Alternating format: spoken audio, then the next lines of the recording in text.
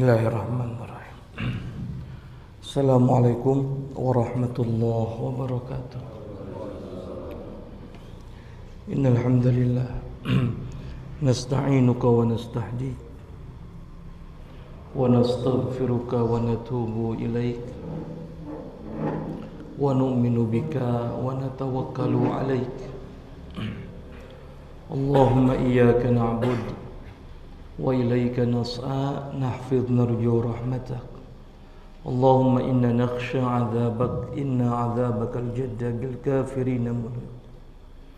Asyhadu an la ilaha illallah wahdahu la syarika lah wa asyhadu anna Muhammadan 'abduhu wa rasuluh.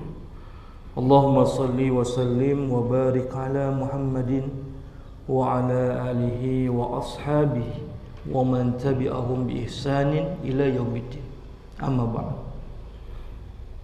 Bapak Ibu hadirin ikhwatul iman yang Allah muliakan.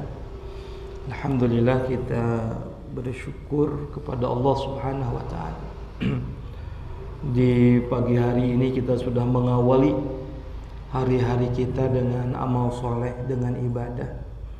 Mudah-mudahan kita ini termasuk yang mendapatkan berkah doa Nabi sallallahu alaihi wasallam. Disebutkan dalam hadis Nabi semasa hidupnya senantiasa berdoa, Allahumma barik li ummati fi bukuriha. Ya Allah, berkahilah umat-umatku yang mereka beribadah di awal hari, bukuriha. Maka mudah-mudahan kita termasuk bagian daripada umat Nabi yang mendapatkan doa dari Rasulullah sallallahu alaihi wasallam. Karena boleh jadi ibadah kita ini sangat terbatas, amal soleh kita tidak banyak, tapi mudah-mudahan kita termasuk yang mendapatkan syafaat dari Nabi sallallahu alaihi wasallam. Ketika salah seorang sahabat datang kemudian bertanya kepada Nabi, ya Rasulullah, man as'adan nas syafa'atuka fi yaumil qiyamah. Ya Rasulullah, kira-kira siapa orang yang akan mendapatkan syafaat darimu ketika nanti di hari kiamat? Maka kemudian Nabi sallallahu alaihi wasallam menjawab, as'adan nas syafa'ati fi yaumil qiyamati man amana la ilaha illallah Muhammadar Rasulullah asy-syafa'ati lil khati'in. Kata Nabi, mereka yang akan mendapatkan syafaat dariku yang senantiasa mengimani kalimat la ilaha illallah Muhammad dan Rasulullah. Bahkan kata Nabi, asy-syafa'ati lil khati'in. Bahkan syafaatku ya, bahkan boleh jadi diberikan kepada orang-orang yang berbuat dosa. Ya, ini kayak kita ini kan banyak dosa, ya. Mudah-mudahan ketika kita duduk di majelis yang seperti ini, karena ini adalah salah satu ya, ibadah juga yang dianjurkan oleh Nabi sallallahu alaihi wasallam. Ya. Bukan hanya malaikat Allah yang akan mendoakan kita, karena Nabi mengatakan, siapa orang yang berada di majelis ilmu, wa hattal hitana fil bahri wa tayru fis samai wan namlatu fi zuhriha.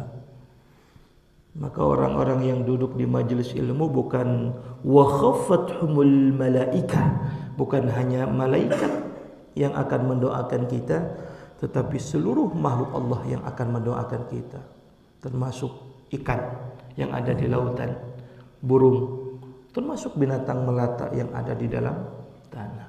Ya. Maka kita bersyukur. Kenapa? Karena tidak semua orang diberikan nikmat oleh Allah. Ya, bahkan di dalam doa yang diajarkan oleh Nabi, ya, ketika kita bisa beribadah itu, ya, itu rezeki dari Allah. Ya, karena kita ini serba materialistis, Pak, Bu. Melihat rezeki itu ukurannya materi. Ya, Nabi mengajarkan doa kepada kita, Allahumma arinal haqqa haqqa warzuqna ittiba'ah. Betul enggak? Ya Allah, tunjukkan kepada kami yang hak itu hak, warzuqna, dan berikan kepada kami rezeki untuk bisa mengikuti yang hak itu. Maka kita duduk di tempat ini, ikhwatul iman rahimakumullah, ini bukti syukur kita insyaallah kepada Allah Subhanahu wa taala. Sekalipun Allah mah tidak butuh syukur kita. Makanya ketika kita bersyukur dengan ibadah, bersyukur dengan melaksanakan sholat, zikir, sedekah, dan amalan-amalan yang lainnya, ya Allah nggak butuh. Wa may yashkurullaha yashkuru li nafsihi. Di dalam Al-Qur'an, siapa mereka yang bersyukur kepada Allah, maka hakikatnya dia bersyukur kepada dirinya sendiri. Bahkan di ayat lain Allah katakan kalau penduduk bumi, semua manusia yang ada di bumi ini tidak bersyukur kepada Allah, Allah nggak akan pernah rugi. In takfuruna man fil ardi jami'an, kata Allah. Jika semua penduduk bumi ini kufur kepada Allah, wa inna Allah la ghaniyyun hamid. Sesungguhnya Allah maha kaya lagi maha terpuji. Artinya apa? Syukurnya kita ikhwatul iman rahimakumullah tidak akan pernah menambah sedikit pun kemuliaan Allah. Atau sebaliknya, manakala semua manusia yang ada di bumi ini kufur kepada Allah, bermaksiat semuanya kepada Allah, tidak ada yang beribadah kepada Allah, maka tidak pernah sedikit pun mengurangi kemuliaan Allah Subhanahu wa taala. Mudah-mudahan ikhwatul iman, ketika kita ibadah, karena ibadah itu syumul wal mutakammil, ibadah itu menyeluruh banyak, sebagaimana juga makna Islam, al-islamu nizamun syamilun yatanawwalu madahiril hayati jami'a. Islam ini karena agama yang komprehensif, yang mencakup seluruh dalam kehidupan kita, aktivitas kehidupan kita, maka ikhwatul iman rahimakumullah, boleh jadi ada sebagian orang yang tidak peduli dengan ibadah yang ada kaitannya dengan akal. Orang sholat banyak, orang tilawah Quran banyak, zikir banyak, padahal ketika kita datang ke majelis ilmu yang seperti ini bagian daripada perlakuan adilnya kita terhadap diri kita. Dalam hadis riwayat Imam Bukhari, Nabi sallallahu alaihi wasallam bersabda, "Thalathun man jama'ahunna faqad jama'al iman." Siapa yang 3 hal itu terhimpun pada diri seseorang, faqad jama'al iman, sungguh dia itu termasuk orang yang sempurna keimanannya. Dan satu di antara 3 itu, kata Nabi sallallahu alaihi wasallam, al-insafu fi nafsika, yaitu orang yang berlaku adil terhadap dirinya sendiri. Kita kadangkala seringkali mengaitkan adil itu buat orang lain, pemimpin buat rakyatnya. Kita bagaimana sebagai kepala rumah tangga berlaku adil terhadap orang yang dipimpin dalam rumah tangga kita. Tetapi dalam hadis Rasulullah SAW, ternyata salah satu bentuk kesempurnaan iman seseorang itu adalah al-insafu fi nafsika. Bagaimana kita bisa berlaku adil terhadap diri kita? Apa maknanya ikhwatul iman? Kata para ulama, orang yang adil terhadap dirinya adalah mereka yang berlaku adil terhadap apa yang ada di dalam dirinya. Artinya bahwa kita ini memenuhi beberapa unsur, mampu memenuhi unsur-unsur yang ada di dalam diri kita. Yang kata para ulama, unsur yang ada dalam diri kita itu selain unsur jasadiyah, insyaallah Bapak Ibu saya yakinlah sangat adil terhadap jasadiah ini. Bagaimana memenuhi aspek makanannya, Ya. Bagaimana Bapak Ibu hati-hati terhadap makanan yang kita konsumsi, ya. Apalagi sudah usia kalau kata hadis usia maghrib, mendekati usia maghrib, ya. Ya. Asar menjelang maghrib gitu. Makanan juga sangat hati-hati dikonsumsi, ya. Insya Allah hal itu kita penuhi dengan baik. Ada unsur rohani. Bagaimana kita memenuhi kebutuhan unsur rohani dengan amaliyah, dengan zikir, dengan ibadah. Bagus, insya Allah. Nah, tetapi ikhwatul iman rahimakumullah, ada unsur akal yang harus kita jaga. Salah satunya adalah bagaimana memenuhi kebutuhan akal kita hadir di majelis ilmu.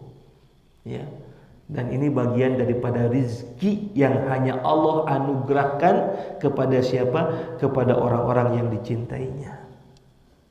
Makanya Nabi mengatakan, man yuridillahu bihi khairan yufaqihu fiddin. Kalau Allah menghendaki kebaikan kepada seorang hamba, maka Allah akan berikan pemahaman terhadap agamanya. Dan ulama sepakat pemahaman ini kaitannya dengan akal. Gitu, ya. Maka ketika seseorang beribadah, ibadahnya itu dibarengi dengan ilmu, bukan ibadah yang dibarengi dengan asy'uriyah, perasaan. Gitu. Ada orang yang ibadahnya itu dibarenginya dengan asy'uriyah, perasaan, hawa nafsu. Ya. Maka kata Nabi Sallallahu Alaihi Wasallam, orang yang beribadah dibarengi dengan ilmu, sekalipun sedikit ibadahnya itu jauh lebih utama ketimbang orang yang menghabiskan hari-harinya dengan ibadah tetapi tanpa dibarengi dengan ilmu. Misalnya sepanjang harinya zikir terus begitu. Ya. Maka kata Nabi Sallallahu Alaihi Wasallam, fadlul alim kal abid. Keutamaan orang yang berilmu dibandingkan orang yang abid, ahli ibadah, ka fadlul qamar, ya, lailatul ka fadlul qamar lailatul badri ala sairil kawakib. Perumpamaannya itu seperti hanya terangnya bulan dengan terangnya bintang. Insyaallah mudah-mudahan Bapak Ibu kita diistiqomahkan oleh Allah Subhanahu wa taala, bukan hanya memenuhi aspek jasadiah saja, bukan hanya untuk memenuhi aspek rohani saja, tetapi juga kita diistiqomahkan oleh Allah bagaimana kita memenuhi kebutuhan akal kita, insyaallah. Nah, kaitannya juga dengan ini juga ikhwatul iman rahimakumullah, pada kesempatan ini saya ingin menukil salah satu hadis Nabi Sallallahu Alaihi Wasallam. Hadis ini diriwayatkan oleh Imam Ahmad, disampaikan oleh sahabat Nabi Sallallahu Alaihi Wasallam, yaitu Abu Hurairah radhiyallahu anhu. Ya, kita ketahui bahwasanya Abu Hurairah ini berjumpa dengan Nabi hanya 2 tahun. Mutaakhirin, orang yang terakhir masuk Islam. Tetapi subhanallah, sekalipun berjumpanya dengan Nabi baru 2 tahun, tetapi Abu Hurairah dalam hal ilmu gitu, termasuk sahabat yang lebih unggul, yang mampu mengungguli sahabat-sahabat yang masuk Islamnya lebih duluan.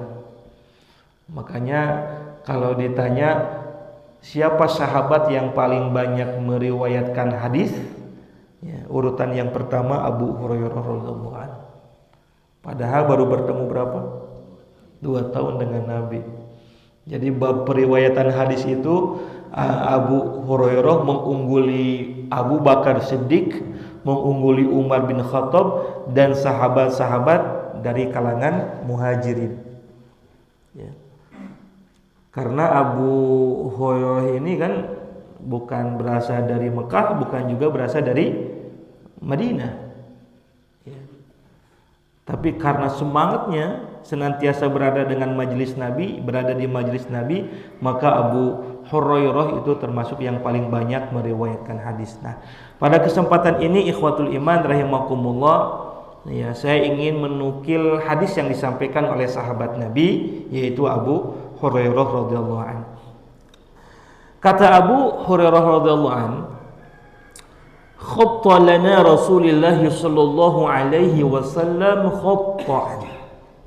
Jadi Nabi Abu Hurairah ini menjelaskan kembali kepada para sahabat, lalu kemudian beliau mengatakan, satu saat Nabi Shallallahu Alaihi Wasallam pernah menggambarkan kepada kami. Nah, ini juga kadang Nabi memberikan pelajaran, memberikan ilmu kepada para sahabat itu terkadang dengan ilustrasi gitu, tidak hanya verbal semata-mata. Nah, dan ini disampaikan oleh Abu Hurairah. Suatu saat Nabi Shallallahu Alaihi Wasallam menggambarkan kepada kami garis lurus. Jadi satu garis lurus digambar oleh Nabi di hadapan para sahabat. Ketika Nabi Shallallahu Alaihi Wasallam menggambar garis lurus itu, "Tsumma qala hadza sabilullah." Kemudian Nabi mengatakan, ini garis lurus ini adalah sabilullah, ini jalan Allah. Kata Abu Hurairah, ya, "Tsumma khututan an yaminihi wa an shimalihi." Ya, lalu kemudian Nabi Sallallahu Alaihi Wasallam setelah menggambar garis lurus itu, Nabi menggambar garis-garis yang banyak di samping garis yang lurus, samping kanannya, di samping kirinya juga Nabi SAW menggambar garis lurus yang banyak. Kebayang Pak ya? Satu apa Pak? Garis lurus. Kata Nabi garis lurus itu apa? Hadza sabilullah, ini jalan Allah. Lalu kemudian Nabi menggambar garis-garis yang banyak di samping kanan itu, di samping kirinya juga Nabi menggambar garis-garis yang banyak. Ketika Nabi SAW menggambar garis-garis yang banyak itu, "Tsumma qala hadza subulash syaitan." Kata Nabi bahwa garis-garis yang banyak ini adalah jalannya syaitan. Jalan Allah mah satu Pak, betul ya? Jalan Allah digambarkan oleh Nabi hanya dengan satu garis lurus. Sementara jalan syaitan digambarkan oleh Nabi dengan garis yang banyak. Makanya kita ini harus istiqomah berada di jalan yang lurus. Ya. Setelah Nabi Sallallahu Alaihi Wasallam menggambar garis-garis yang banyak tadi, summa qara'a, ya. Beliau membaca satu ayat di dalam Al-Quran surat Al-An'am ayat yang ke-153, dan ayat ini yang memperkuat hadis ini juga. Allah Subhanahu wa taala berfirman, "Tsumma qara'a," kemudian Nabi membaca ayat Allah, "Wa anna hadza sirati mustaqima fattabi'uhu la tattabi'us subula fatafarraqa bikum an sabilihi." Ini senada ayatnya dengan apa yang diilustrasikan oleh Nabi Sallallahu Alaihi Wasallam. Bagaimana Allah berfirman, "Wa anna hadza sirati mustaqima," sesungguhnya ini adalah jalanku yang lurus. Fattabi'uhu, maka ikutilah jalan yang lurus itu. Wala tattabi'us subula. Nah, Allah juga sama Pak. Ketika Allah menyebutkan garis yang lurus hanya satu tuh Pak. Ya. Tetapi ketika Allah menyampaikan kepada kita wala tattabi itu artinya jangan kalian ikuti subula. Apa subula itu kan jamak. Wala tattabi'us subula, dan jangan sekali-kali kalian ikuti jalan-jalan itu. Kalau jalan yang lurus Allah pun menyebutnya dengan satu. Tetapi ketika Allah mengatakan jangan ikuti jalan-jalan, ya, kenapa jalan-jalan itu tidak boleh diikuti? Fatafarraqa bikum an sabili, karena jalan itu yang menjadikan kalian bercerai-berai, jalan itu yang menjadikan kalian berpaling dari jalan Allah Subhanahu wa taala. Ya. Paham di sini Pak? Kalau paham udah beres sebetulnya. Baik, ikhwatul iman rahimakumullah. Ya, makanya tema kita ini melangkah di jalan yang lurus, ya. Ikhwatul iman rahimakumullah, kita ketahui ya, ini dalam ayat ini jalan oleh Allah disebut dengan sirat. Wa anna hadza sirati mustaqiman. Sesungguhnya ini jalanku ya yang lurus. Maka kalau kita lihat di dalam ayat ini, Allah menggunakan kata jalan dalam ayat ini dengan kata sirat, menjadikan kalian berpaling dari jalan Allah Subhanahu wa taala. Paham di sini, Pak? Kalau paham udah beres sebetulnya. Baik, ikhwatul iman rahimakumullah. Ya, makanya tema kita ini melangkah di jalan yang lurus ya. Ikhwatul iman rahimakumullah, kita ketahui ya, ini dalam ayat ini jalan oleh Allah disebut dengan sirat. Wa anna hadza sirati mustaqiman. Sesungguhnya ini jalanku ya yang lurus. Maka kalau kita lihat di dalam ayat ini, Allah menggunakan kata jalan dalam ayat ini dengan kata sirat. Ya. Kira-kira apa maknanya? Ikhwatul iman rahimakumullah, jalan dalam bahasa Arab ya, atau dalam Al-Qur'an disebutkan dengan beberapa sebutan. Kadang disebut dengan thariq. Jadi kalau ada kalimat thariq itu artinya jalan. Bapak Ibu kalau sedang berada di Mekah haji ataupun umroh, kalau misalnya ada askar ya, mengingatkan orang-orang yang berada di jalan ya, padahal itu tempat orang lalu lalang, biasanya kalimatnya apa? Thariq, thariq, thariq, begitu tuh. Artinya kasih jalan ya. Nah, ketika Allah Subhanahu wa taala menyebut jalan di dalam ayat ini dengan kata sirat, ya, kata para ulama, kalau thariq itu jalan orang menempuh satu perjalanan ya, itu dengan bekal fisik, asal sehat, asal kuat, orang bisa berjalan, maka perjalanan yang ditempuh, yang dilalui itu namanya thariq gitu ya. Siapa saja bisa, Pak. Bapak di sini misalnya jogging, jalan lah ya. Maka jalan yang kita tempuh itu namanya thariq. Tetapi beda dengan sirat, Pak. Walaupun maknanya sirat itu adalah jalan, tetapi kata para ulama bahwa sirat itu adalah perjalanan yang ditempuh oleh seseorang tidak hanya cukup dengan bekal fisik, tetapi seseorang akan bisa melalui sirat perjalanan itu dengan membawa bekal iman. Makanya Nabi Shallallahu Alaihi Wasallam dalam hadis menggambarkan nanti ada sirat di hari akhirat itu. Ya, bagaimana Nabi menjelaskan tentang sirat nanti di hari akhirat? Kata Nabi, sirat itu saking tipisnya, lebih tipis daripada sehelai rambut. Lalu kemudian di bawah sirat itu ada api neraka yang menyala-nyala. Dan Nabi menggambarkan nanti ada orang yang melewati sirat itu dalam keadaan merangkak, saking takutnya. Lalu kemudian di tengah sirat itu orang itu terjatuh, masuklah ke dalam api neraka. Lalu ada orang yang melewati sirat dengan entengnya, sebagaimana dia berjalan sehingga dia bisa melewati sirat itu. Maka ikhwatul iman rahimakumullah, ketika Allah mengatakan wa anna hadza sirati mustaqiman, sesungguhnya ini adalah jalanku yang lurus, maka jalan Allah, jalan yang kita perlu bekal bukan hanya fisik ya, tetapi ketika kita menempuh perjalanan itu harus ada bekal keimanan. Makanya doa yang kita baca ya setiap sholat, Pak, Bu ya, kita berdoa kepada Allah dengan membaca kalimat ihdinas siratal mustaqim. Ya Allah, tunjukkan kepada kami jalan.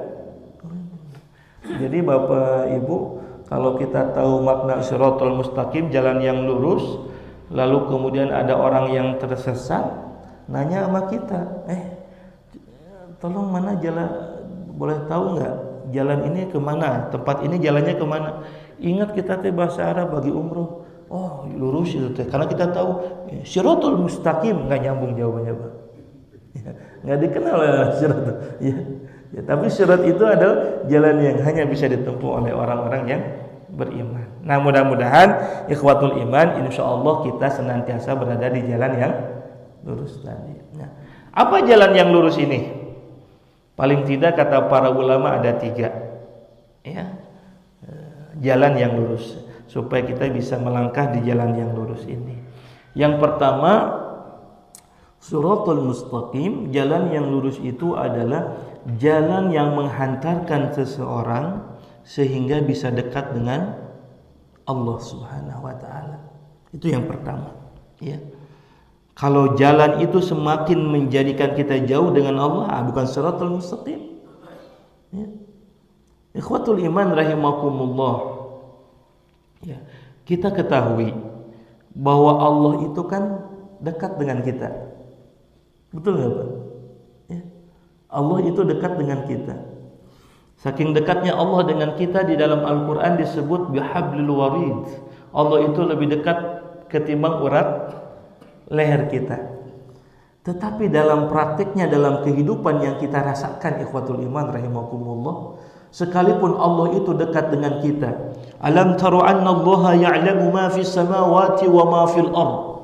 Allah mengetahui apa-apa yang ada di langit dan di bumi. Ma yakunu min najwa thalathatin illa huwa rabi'uhum. Ketika kita sedang bertiga, Allah yang keempatnya. Kita sedang sendiri, Allah yang keduanya. Saking dekatnya Allah dengan kita, tetapi dalam praktik kehidupan yang kita rasakan, kadang ikhwatul iman rahimakumullah, seringkali kita merasa jauh dengan Allah Subhanahu wa taala. Oleh karenanya Nabi sallallahu alaihi wasallam mengajarkan kepada kita kalimat yang senantiasa kita baca dalam setiap solat. Misalnya ada kalimat apa? Inna solati wa nusuki wa mahyaya wa mamati lillahi rabbil alamin. Sesungguhnya solatku, hidupku, pengorbananku, matiku semata-mata hanya untuk Allah Subhanahu wa taala. Ikhwatul iman rahimakumullah. Artinya apa? Ya. Kita ini hidup, setiap aktivitas kita, setiap napas kita, tidak boleh hati kita itu kecuali terikat dengan Allah Subhanahu wa taala. Bukankah Nabi sallallahu alaihi wasallam bersabda, ittaqillaha haitsuma kunta. Hendaklah kalian takut kepada Allah, hendaklah kalian takwa kepada Allah dimanapun kalian berada. Innallaha ma'akum aina ma kuntum. Sesungguhnya Allah akan bersama kalian dimanapun kalian berada. Maka seorang mukmin itu harus ada sifat muraqabatullah, merasa dirinya diawasi oleh Allah Subhanahu wa taala. Karena sejatinya ikhwatul iman rahimakumullah, orang yang beriman di dalam hatinya senantiasa terikat kalbunya dengan Allah. Baik mereka dalam kondisi bahagia, mendapatkan nikmat, mendapatkan rezeki, atau dalam kondisi seseorang mendapatkan kesedihan, luka, maka hatinya tidak terlepas dengan Allah Subhanahu wa taala. Mudah-mudahan kita bisa begitu. Ya, kalau dalam aktivitas kehidupan kita, kita senantiasa mengingat Allah Subhanahu wa taala, berarti kita sedang berada di jalan yang lurus.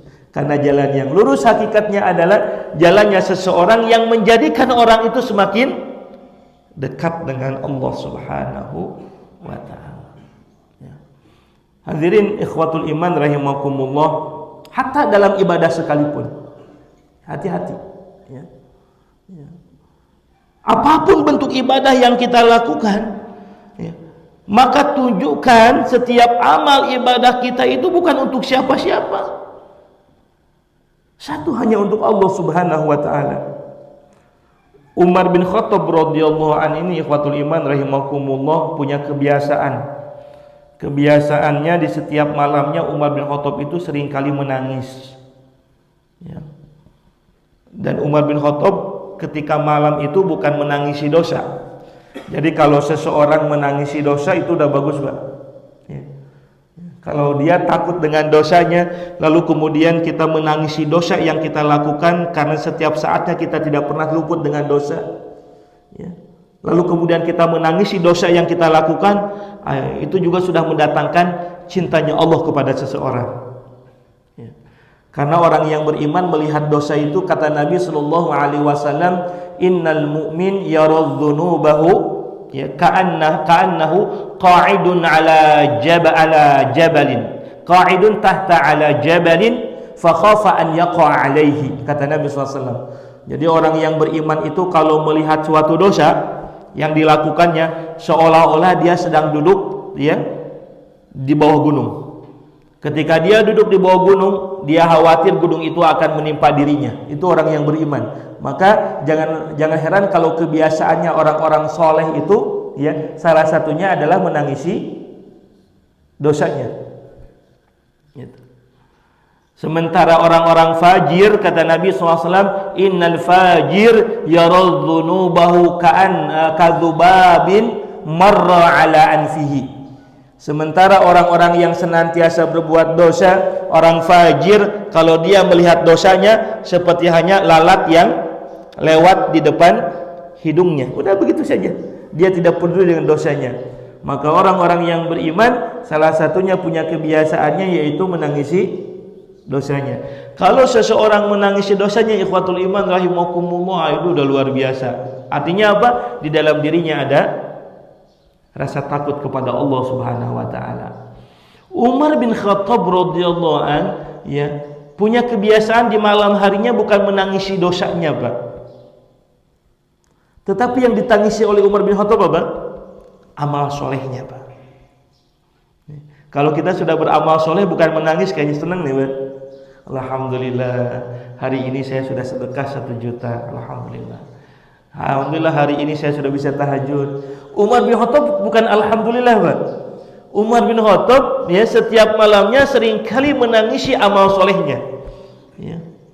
Makanya wajar kalau Ali bin Abi Thalib mengatakan, ya, innallaha qabulin amal, ya, sesungguhnya orang itu, ya, terhadap ihtimaman, perhatian terhadap diterimanya amal, asyaddu minkum, itu harus lebih besar perhatiannya. Umar bin Khattab begitu. Makanya Umar bin Khattab itu berdoa kepada Allah, Pak, setiap malamnya, karena mengkhawatirkan amal solehnya, jangan-jangan ibadahnya, amal solehnya dia lakukan semata-mata bukan karena Allah. Maka doa yang senantiasa dibaca oleh Umar bin Khattab ketika di malam hari, apa doanya? Ya. Allahumma ij'al amali kulluha salihan waj'alhu liwajhika khalisan wa la taj'al li ahadin fihi syai'a. Itu doanya Umar bin Khattab. Allahumma ij'al amali kulluha salihan. Ya Allah, jadikan setiap amal yang aku lakukan ini semuanya adalah amal soleh. Kenapa ada bahasa kalimat itu? Ikhwatul iman rahimakumullah, karena Umar bin Khattab menyadari betul jangan-jangan amal yang dilakukan, ibadah yang dilakukannya itu Allah tidak mencatatnya sebagai amal. Kira-kira ada nggak orang yang beribadah lalu kemudian Allah tidak mencatatnya sebagai amal soleh? Bukan ada, banyak boleh jadi. Bukankah Allah Subhanahu wa taala berfirman di dalam Al-Qur'an, "Wa qadimna ila ma 'amilu minal 'amal faj'alnahu haba'an mansura." Akan datang nanti di hari kiamat orang membawa banyak amalan, salatnya dibawa, zikirnya dibawa, sedekahnya dibawa. Faj'alnahu haba'an mansura, tetapi amal itu sia-sia, seumpama debu-debu yang berterbangan. Maka doanya Umar bin Khattab, Allahumma ij'al amali kulluha salihan. Ya Allah, jadikan setiap amalku adalah amal saleh. Ingin begitu enggak, Pak? Ya. Kita duduk tadi sholat subuh berjamaah, dicatat oleh Allah amal soleh. Kemudian kita duduk di majelis ilmu, dijadikan oleh Allah amal soleh. Semua aktivitas kita dicatat oleh Allah sebagai amal soleh. Hatta hal-hal yang mubah pun bisa jadi amal soleh. Betul, Pak? Bapak senyum nih, bertemu dengan saudara kita, Bukankah Nabi mengatakan tabassumuka fi wajhi akhika sadaqah? Senyum kalian di hadapan saudaramu adalah sedekah. Ya. Maka ikhwatul iman rahimakumullah, ketika kita baca kalimatnya Umar bin Khattab setelah berdoa kepada Allah, Allahumma ij'al amali kulluha salihan waj'alhu liwajhika khalisan wa la taj'al li ahadin fihi syai'a. Ya Allah, jadikan amal-amalku ini ikhlas semata-mata mengharapkan ridha darimu, bukan karena seseorang. Paham nggak sini Pak? Nah, jadi hati-hati Pak. Orang yang ketika berada di jalan yang lurus itu, mereka yang seluruh aktivitasnya semuanya ya dikerahkan kepada siapa? Kepada Allah Subhanahu wa ta'ala. Inilah wa anna hadza sirati mustaqiman fattabi'uhu. Makanya ikhwatul iman rahimakumullah, dalam Quran surat Al-Fajr ya, nanti mudah-mudahan kita dipanggil oleh Allah dengan panggilan yang sangat indah. Apa panggilan Allah? Ya ayyatuhan nafsul mutmainnah. Wahai jiwa-jiwa yang tenang. Nanti ada orang yang ketika di akhir hayatnya Allah panggil dengan panggilan ini. Dan mudah-mudahan kita termasuk yang dipanggil oleh Allah dengan panggilan yang terbaik ini. Ya ayyatuhan nafsul mutmainnah. Ketika Allah memanggil dengan panggilan yang terbaik itu, maka selanjutnya Allah memanggil kita dengan panggilan apa? Irji'i ila rabbiki. Kembalilah kepada Tuhanmu. Lihat kalimatnya. Ya. Sebelum apa-apa Allah memanggil kita dengan panggilan irji'i ila rabbiki. Kembalilah kalian kepada Tuhanmu. Tuh. Ini orientasi kita ya, yang harus ada pada diri kita. Irji'i ila rabbika. Apapun kondisi kita, senangnya kita, sulitnya kita, irji'i ila rabbika.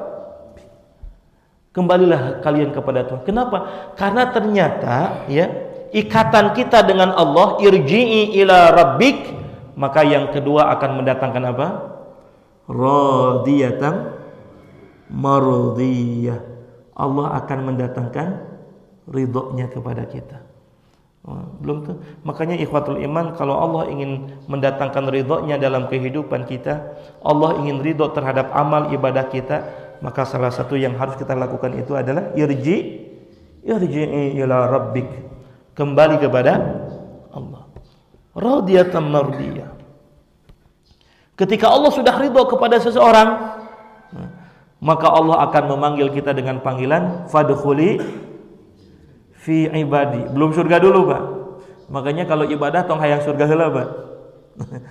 Tapi ini dulu, ila rabbik, ibadah kita benar dulu karena Allah, bukan wala taj'al li ahadin fihi syai'a, bukan untuk siapa-siapa, tetapi ya liwajhika khalisan, untuk mengharapkan wajah Allah Subhanahu wa taala, agar Allah mendatangkan keridhaan kepada kita. Kalau Allah sudah ridha kepada kita ikhwatul iman rahimakumullah, maka Allah akan memanggil kita dengan kalimat fadkhuli fi ibadi.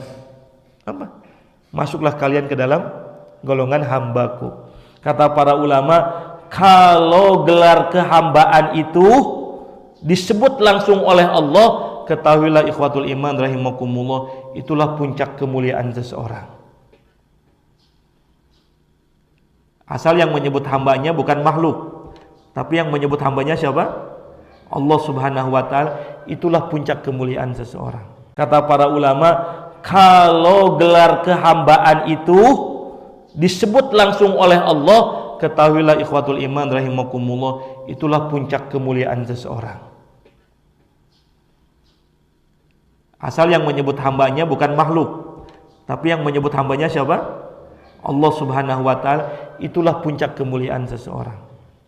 Malaikat Jibril itu ketika Isra Mi'raj hanya diizinkan oleh Allah sampai langit ke-7. Dalam hadis riwayat muttafaqun alaih.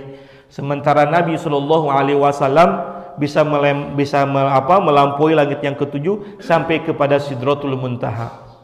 Malaikat Jibril yang kata Allah sebutkan di dalam Al-Qur'an, "Dzi quwwatin 'inda dzil 'arsy makin muta'in thamma amin." Sebutan dari Allah buat malaikat Jibril, malaikat yang paling kuat. Bukan hanya malaikat yang paling kuat, semua malaikat tunduk kepada malaikat Jibril. Makanya kalau Allah Subhanahu wa taala menetapkan perkara kepada makhluknya yang ada di bumi, yang pertama kali diberitahukan oleh Allah Subhanahu wa taala adalah malaikat Jibril. Begitu juga ketika Allah mencintai seorang hamba, maka yang pertama kali diberitahukan malaikat Jibril, dan malaikat Jibril menyampaikan kepada malaikat-malaikat yang lainnya, wahai malaikat, cintailah si fulan sebagaimana Allah dan aku mencintainya. Dan semua malaikat tunduk kepada malaikat Jibril, tapi malaikat Jibril hanya diberikan oleh Allah izin sampai di langit yang ketujuh. Nabi Muhammad sallallahu alaihi wasallam sampai ke Sidratul Muntaha. Lihat kalimatnya ketika itu. Kata Allah, subhanalladzi asra bi abdihi, maha suci Allah yang telah memberangkatkan hambanya. Tuh, begitu tuh kemuliaan seorang hamba. Gitu. Nah, maka ikhwatul iman rahimakumullah, ya, spirit ini harus ada pada diri kita, ya, karena ketika kita berada di jalan yang lurus, maka ya, spirit kalbu kita agar terikat dengan Allah Subhanahu wa taala adalah sesuatu yang mesti hadir dalam kehidupan kita, ya. Baru kemudian Allah mengatakan setelah fadkhuli fi ibadi wadkhuli jannati, masuklah kalian ke dalam surgaku. Jadi urutannya begitu, Pak, ya. Irji'i ila rabbik, harus kepada Allah dulu. Nah, maka yang pertama jalan yang lurus itu adalah, ya, jalan yang menjadikan kita semakin dekat dengan Allah. Bapak Ibu, kita ini diajarkan oleh Nabi SAW ketika mengawali setiap aktivitas, kita mengawalinya dengan kalimat apa? Bismillah. Betul gak? Dan ketika kita mengakhiri suatu aktivitas, kita dianjurkan membaca kalimat hamdalillah, ya.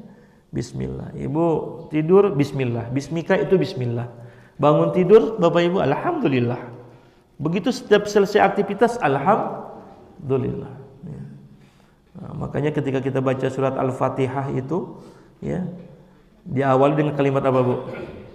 Bismillahirrahmanirrahim. Baru sudah baca bismillah, sudah alhamdulillah lagi, Pak. Bukan selesai itu, Pak, namanya, Pak, ya.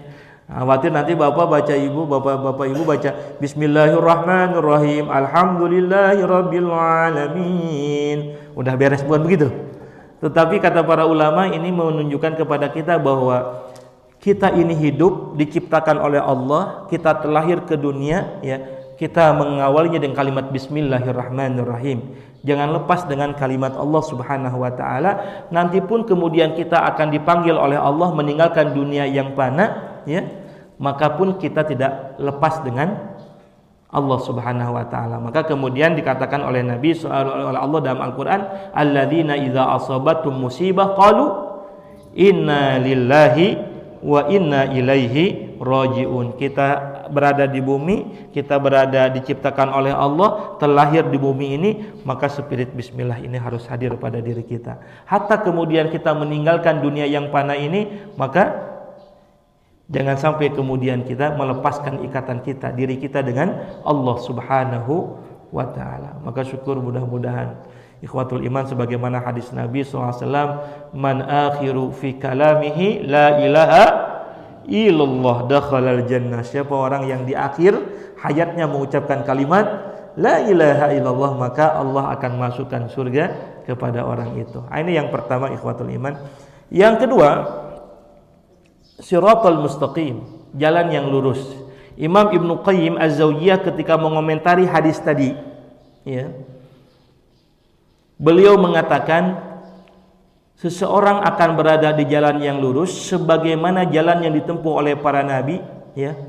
Ketika nabi berada di jalan yang lurus, artinya kata Imam Ibnu Qayyim Az-Zawjiyah adalah jalannya seseorang ketika melewatinya berdasarkan dengan Quran dan sunnah Nabi Sallallahu Alaihi Wasallam, ya.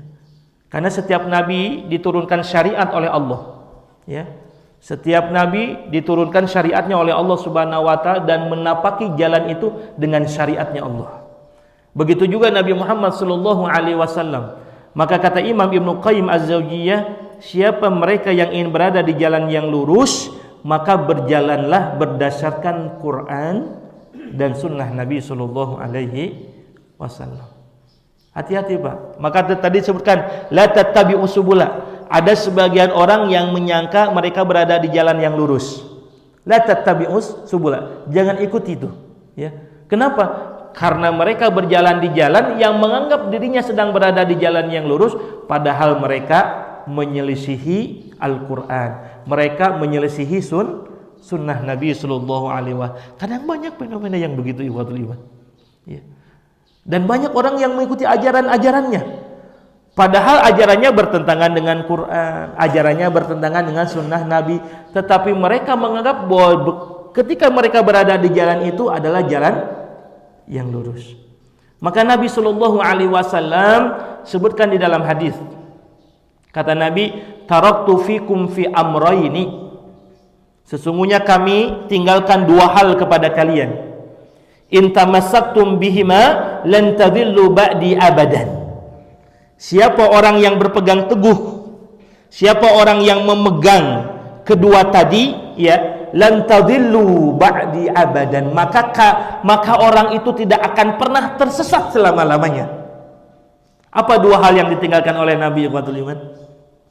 Yang pertama adalah Al-Quran, yang kedua sunnah Nabi SAW. Kadang saya mencermati ya beberapa fenomena di medsos, ajaran-ajaran yang ketika kita telaah apa yang disampaikan oleh mursyidnya, apa yang disampaikan oleh alim ulamanya, gitu kan, bisa begitu, gitu kan, ya, ada kalimat ya, tewajib haji mah, gitu kan, ada sampai yang begitu, gitu kan, ya.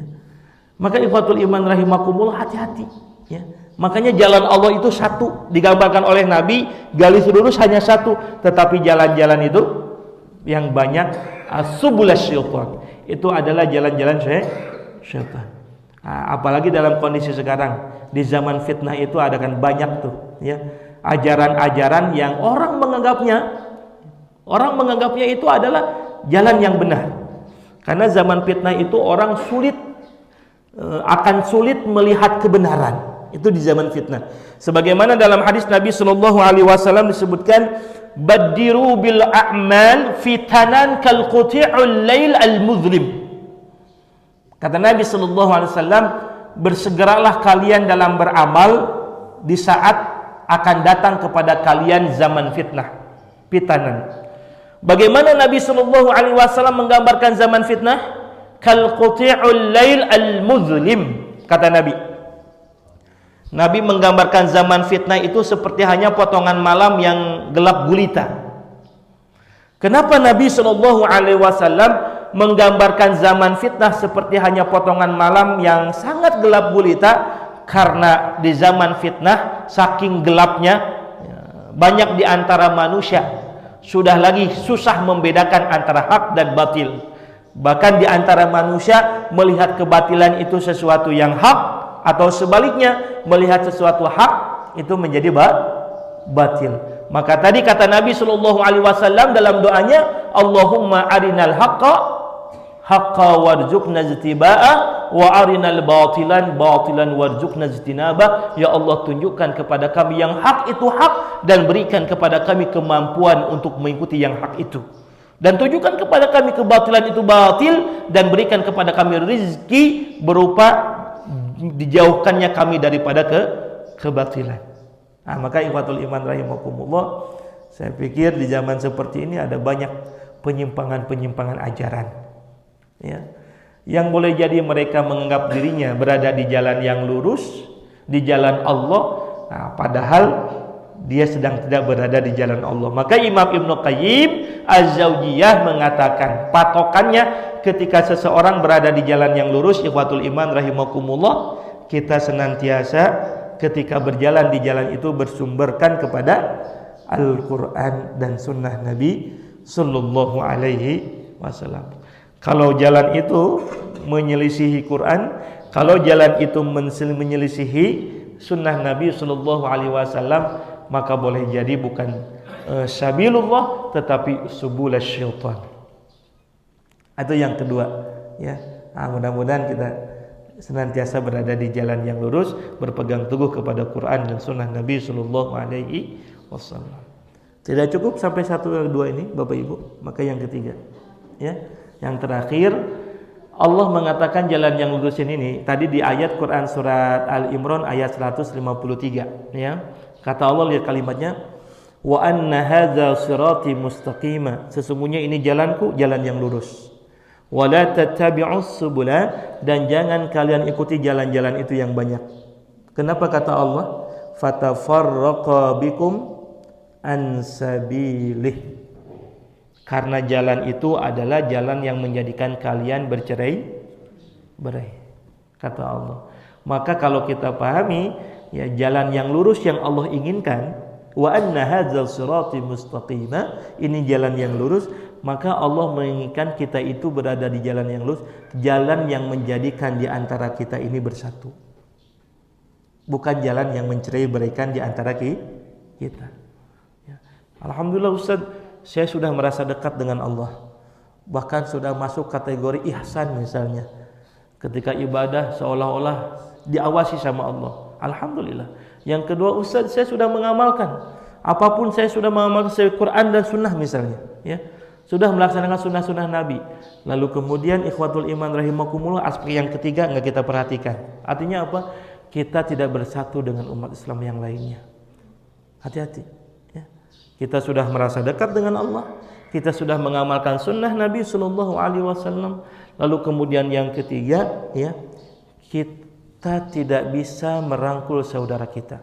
Kita tidak bisa menyatukan di antara saudara kita. Kenapa? Karena Allah katakan, la tattabi'us subula fatafarraqa bikum an sabili.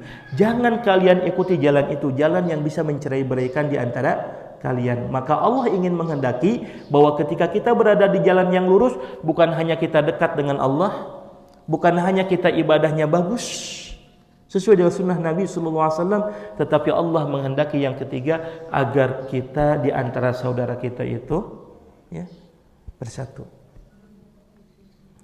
Makanya salah satu nikmat yang Allah abadikan di dalam Al-Quran ya, adalah nikmat ukhuwah Islam ya. Dan Allah mengingatkan kepada kita, wala takunu minal musyrikin. Jangan sekali-kali kalian menjadi orang musyrik. Musyrik kalian, ya. Siapa yang Allah sebutkan di dalam ayat ini? Wala takunu minal musyrikin minal ladzina farraqu dinahum wa kanu syi'a kullu hizbin bima ladaihim farihun. Kata Allah, mereka itu adalah yang seringkali memecah belah agama. Minal ladzina farraqu dinahum wa kanu syi'a, lalu kemudian mereka punya kelompok, kullu hizbin bima ladaihim farihun, dan mereka merasa kelompoknya paling benar. Itu kata Allah Subhanahu wa taala. Makanya salah satu senjata yang paling ampuh iblis, setan, menyesatkan umat Nabi sallallahu alaihi wasallam, sebagaimana dalam hadis riwayat Imam Muslim, innasyaitan qad ya'isu an yu'badu lil arab walakinna at-tahrishi bainahum. Setan itu satu-satunya senjata yang paling ampuh untuk menghancurkan umat Nabi sallallahu alaihi wasallam, bukan dijauhkannya dari ibadah kepada Allah. Walaupun itu bagian daripada setan menggoda kita supaya kita malas ibadah.